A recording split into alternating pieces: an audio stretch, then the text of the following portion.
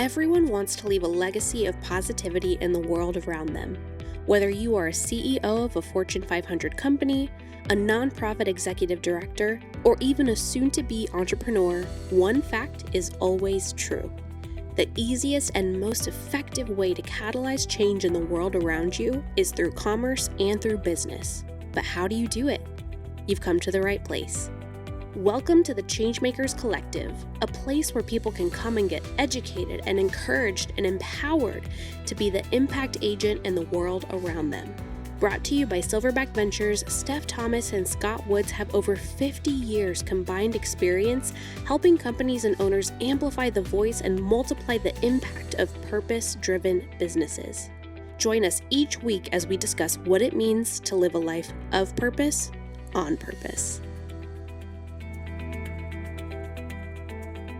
Hey everybody, welcome back to the Changemakers Collective. I am Scott from Silverback Ventures, along with my partner Steff. Hello. And we are pumped that you're hanging out with us for the foreseeable future. We're going to start a series around strategic planning, what we like to call conquering Everest. And we really want to start this from a foundational standpoint. So before you click off and go, I already know what that is, I bet you don't. So let's talk about what strategic planning is, why you need it, why you think you don't need it, and what happens when it all hits the fan. So let's talk about initially what strategic planning is. When we talk about our Conquering Everest program, it is all about alignment between your vision for what success looks like and your pathway. Your strategic plan is your mission objectives and in alignment with your values of how to actually accomplish your vision. And historically, people would spend hours and days and months creating a strategic plan that would go out anywhere from 3 to 5 to 7 to 10-year plans because the environment in which we were working was much more static. Stable. Yeah. Now we're in a situation where we recommend with our clients that you're going through that strategic planning process annually for no more than a year because the environment's changing so rapidly and technology's changing so rapidly that you can't in good conscience plan for much more than a year to 18 months. And Scott, I mean, you kind of mentioned this, but people change quicker in today's work environment than they did 5 years ago even. So an employee may have been with you 5 to 10 years. Oh, you're talking about turnover. Right. Okay. 5 to 10 years, and so I was like, maybe you project. We don't change that much. No, we don't change that much. You may be able to project that, but you're right. The people change, the environment changes, the Most market certainly. changes, technology changes, and so when you spend a week at a week retreat on strategic planning, which is a colossal waste of your time, then Well, hold on. It's not a colossal waste of your time to spend the week creating a strategic plan for the next 12 months. Right. It's a colossal waste of your time to spend a week planning for 10 36 months. years. Yeah. Right. That's what I meant. Because of the transition. No, I knew that's where you were Right. headed. I just want to make sure people understand, hey, you need to do strategic planning. Absolutely. What you don't need to do is try to have a crystal ball where you're predicting what's going to happen in 60 months.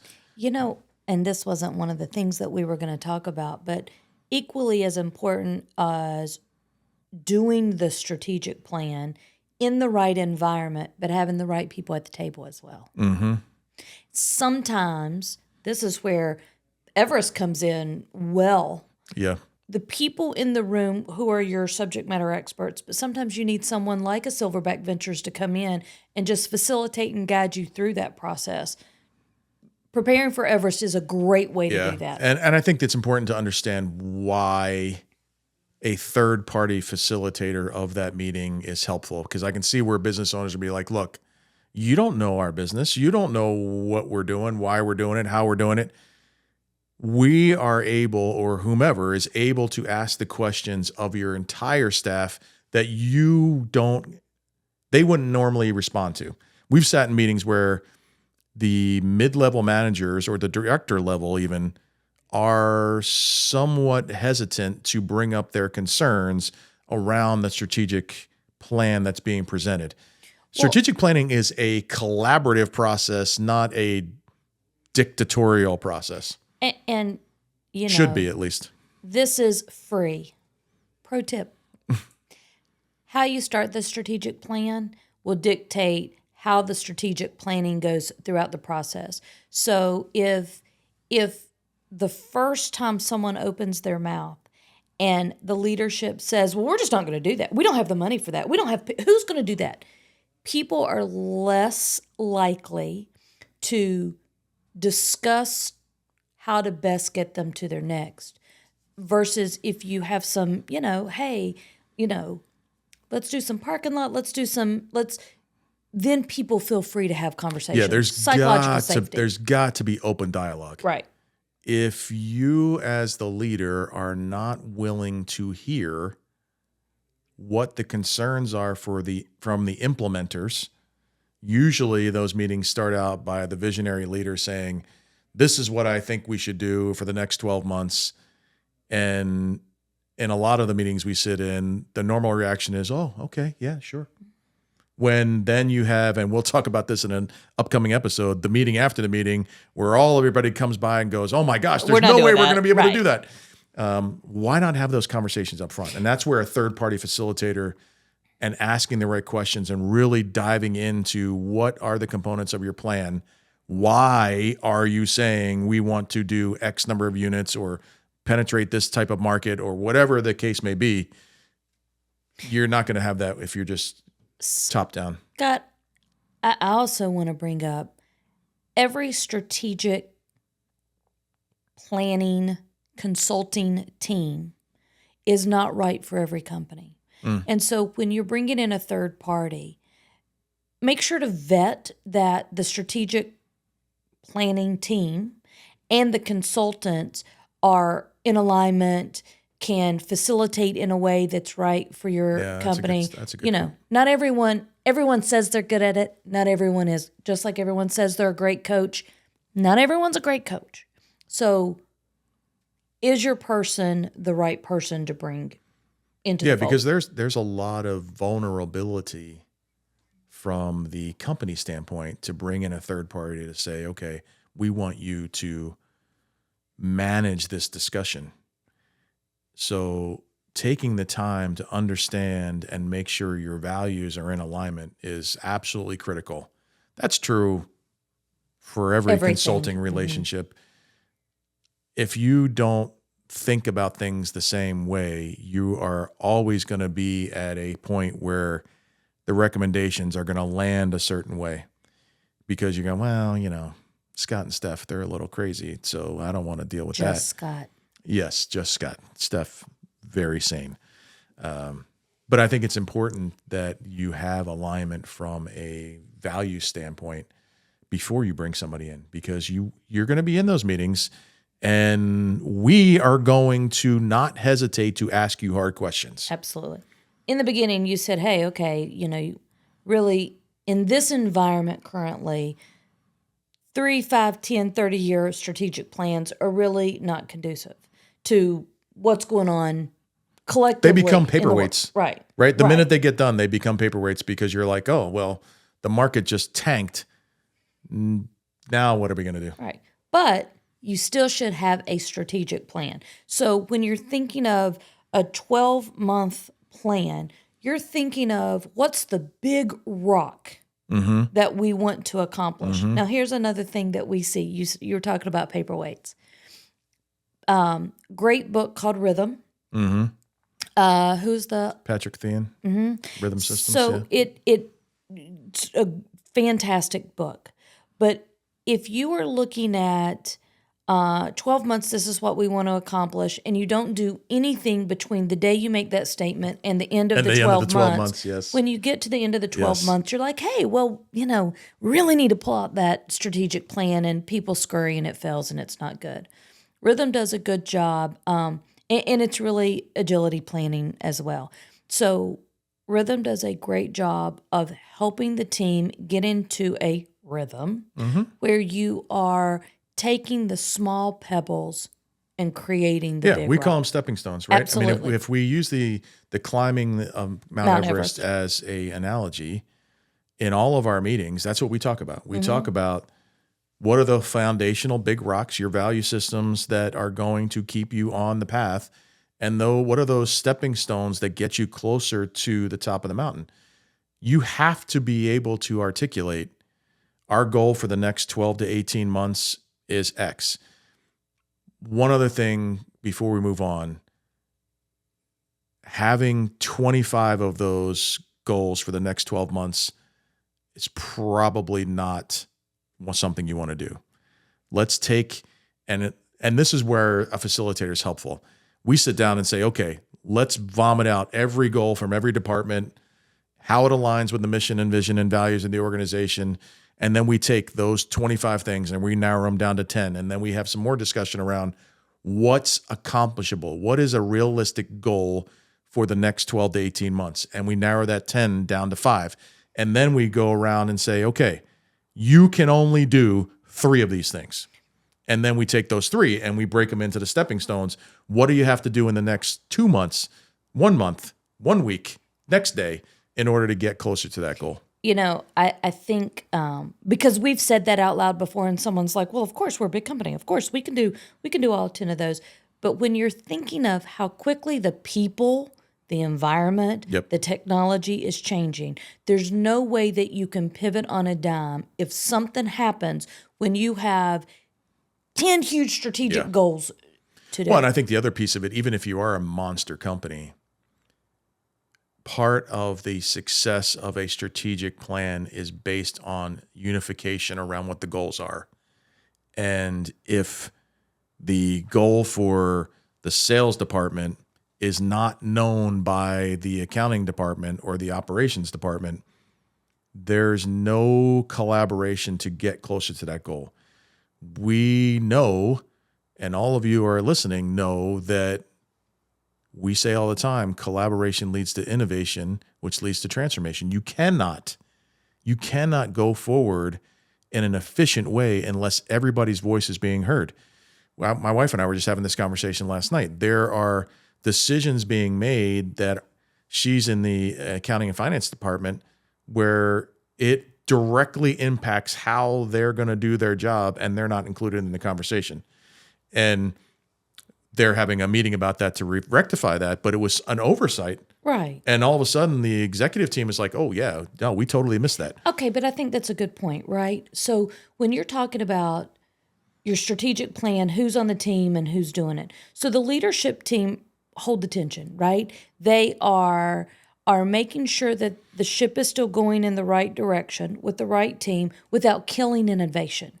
The team that's on there has to be the people that's actually doing the work, that has a voice in it, but they also have to have the mindset that we're zooming in and out, right? We're zooming. Oh, that's so, yeah. Articulate that, because that's super, super, super important. You're zooming in because you need to know what the day-to-day is, but you're zooming out because you're still looking at what the future. So that way you can have a conversation with the leadership. We're on track. This is where we're going. This is where we can pivot. This is going to work. This is not going to work. But you're still doing the stuff every day. And I think that's why you have to understand who's on your squad. Mm-hmm. If we talk about chefs and cooks all the time, you have chefs that can see the micro and the macro, and you have cooks that just doing the tasks every day, all day long. Inbox, I see the recipe, I'm doing the recipe. Yep. And if you give them the recipe, they are going to be killing it all day long. But you need chefs and cooks. Yeah. But the cooks sitting in a strategic planning meeting is going to drive them crazy. Mm-hmm. And they're not going to be able to see how their individual go from point A to point B is going to impact the grand scheme of things. So you have to have both. You have to have the chefs in the meetings, and the chefs have to be able to articulate down to the cooks, hey, this is how your line level work is going to help us accomplish this goal. Scott, I think one of the things that we do a good job of is when you have the chefs and the cooks in the same room, we walk through a process of how you think, right? Mm-hmm. This is how some people think. This is how others think. This is how you give patience so that everybody gets a voice in the room. I think if you don't enter the room with an understanding, well, I'll just give a good example. You and I in a room together, if I am not mentally engaged in the conversation, I check out, which means I miss part of the conversation. Mm-hmm. you are detailing every portion of the conversation, but are often, when I am like, well, what about this? And I zoom back out of the conversation, you get frustrated with because we think and do things very differently. Yeah, However, you're very much a reformed cook. Right? I mean, great analogy. You've grown into a Right. chef. No, because your prior employment up to the point where we started Silverback Ventures was much more on the task driven. Right. And you had 20 different departments you were running tasks for. Transitioning to being able to do and understand every microscopic aspect of your job, but also be able to see the macro of how your job fits into the greater organizational structure is something you learn. It's Right. not something you just happens to be inherent on who you are. Right. You have to learn how to be able to say, okay, I can see where the vision is. I can see what the goals are. I understand globally what we're trying to accomplish. But if there is not somebody speaking into that going, well, hold on, that is going to affect HR. That's going to affect the process for invoicing. That's going to affect the accounting things. All of a sudden, you've got a goal that'll never be accomplished Right. because you can't operate. You can't, from an operational standpoint, you can't accomplish it. So I think that's a great point. So when you're doing strategic planning and we say, are the right people in the room? Yes. Have you set the stage correctly for Correct. innovative conversations? Yep. And are the goals realistic? If those things aren't in place, you have set yourself up for failure. So one of the things that we do with all of our clients that we run through our Conquering Everest program is that we prescribe who should be in the room. Make sure you have this level and this level and this level in the room. Because if you only have line level people or you only have executive level people, you're going to get different responses. And your visionary, if you only have line level people, you're going to have a very task, systematic driven goal. The visionary person is going to be extraordinarily frustrated because they're like, that Absolutely. goal is not nearly big enough. Right. But if you have the visionary people only and you have this gigantic goal and the line level people can't connect the dots of how they're going to actually accomplish that, you're back to square one. Well, and you have the implementer, right? So there's the implementer people who can also be conversation killers, yes. right? Yes. So yes. again, Yes. understanding who's in the room. And so you have to have space for, because I am more of an implementer than I am a visionary. You tell me what your vision is, and I can tell you if we can or cannot get there. So, however, I may get in the weeds with, well, we don't have enough time, we don't have enough people, we don't have How's enough that going money. to affect that? How Right. does this affect this process? And what do we have to do if Mary Sue doesn't show up? And how's that going to work? What are the I's that we have to Right. dot and the T's we have to cross? Now, all the visionary hears is, Blah, blah, blah, blah, blah, blah, blah, blah. right. And all the line level people here is more work, more work, more Yes. work. Well, I think that's super important. I think that's a super important point. Making sure as the leader of that meeting that you are aware of the reaction of everybody that's in the room. Oh, you got to read the word. Again, this is why having a third party facilitate this process is so much more helpful, because if it's us, we're a engaged but unaffected third party. Okay, it's, So we can go, oh yeah, Mary Sue over there is having a meltdown, and I can see that it's happening, and nobody else is paying attention. so I again, third party, why you should hire Silverback Ventures. I think that a lot of times when we are in a room, when we're doing a strategic plan, I may say something like, hey, I saw a reaction over here. Let's talk Yep. about that for a minute. Yeah, you do a very good job with that. Now, everybody else in the room may know that. Yeah, Scott always reacts that way. Right. But I didn't know. But it allows opportunity Yeah. for a conversation to happen that maybe needed to happen, but everybody else just thought, well, that's Scott. I mean, Yep. so He always complains about everything. He doesn't want to change at all. So blah not blah blah blah true. blah. So Our yeah, Scott no, but is I think not that way. Right. that's a really important factor when you're creating. This cannot be. Let me say it this way. This cannot be your normal everyday hey, I created the meeting request on Monday and we're having the meeting on Tuesday. Right. No, this has to be a thought. You have to think through how you're going to structure that meeting, when you're going to take the breaks, when you're going to have discussion, because otherwise it could go sideways in a hurry. Okay, let's talk about this for a second. Now, I am really big on setting the stage. You are Very big on setting the stage. You're big on the atmosphere. I'm big on the atmosphere. So, although I love ChatGPT, you cannot ChatGPT how to run a strategic meeting No. and be successful. No. You need to be systematic and forward thinking. Now, can ChatGPT give you some good, hey, well, we could ask these questions, but It's great for icebreakers. Yes. It's a great way to understand what icebreaker questions but you should not ask. the agenda maker. No. Well, and I think that's what makes us somewhat unique in that scenario is that, and theoretically, any really good third-party facilitator, consultant person, we get to know the company prior to the meeting. So when we understand on a high level what the culture is, what the values are, what the vision of the company is, we can ask the questions, okay, you said your vision is to solve world hunger, and yet your strategic plan, your top initiative is to, build a road in the middle of Kansas somewhere. How does that align? How does that get you closer to solving world hunger?